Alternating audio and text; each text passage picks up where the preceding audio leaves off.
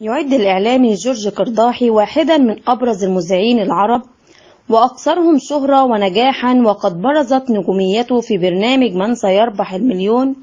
وانتشرت صور لابنتي الإعلامي الكبير جورج قرداحي باتريسيا وباميليا على عدد من صفحات رواد مواقع التواصل الاجتماعي، وتلقي جورج وابنتيه الكثير من التعليقات على الصور المنتشرة لهم بسبب جمالهم اللافت للنظر بشكل كبير، والتي تساءلت عن سبب إخفائهم عن أعين الجميع طوال الفترات الماضية. وكشفت زوجته إيدا قرداحي معلومات عن زوجها لا يعلمها جمهوره عنه، وذلك في مداخلتها الهاتفية معه ببرنامج اقنعني على إذاعة جرسكوب. أكدت إنه رومانسي، مشيرة إلى أنهم تزوجا عن حب، وصفته بأنه زوج رائع ووالد أروع.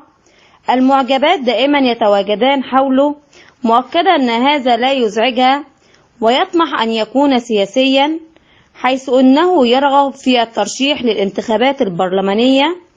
وقالت: لا أرغب في أن يصبح سياسيا، إنما أحترم رغبته وما يطمح إليه.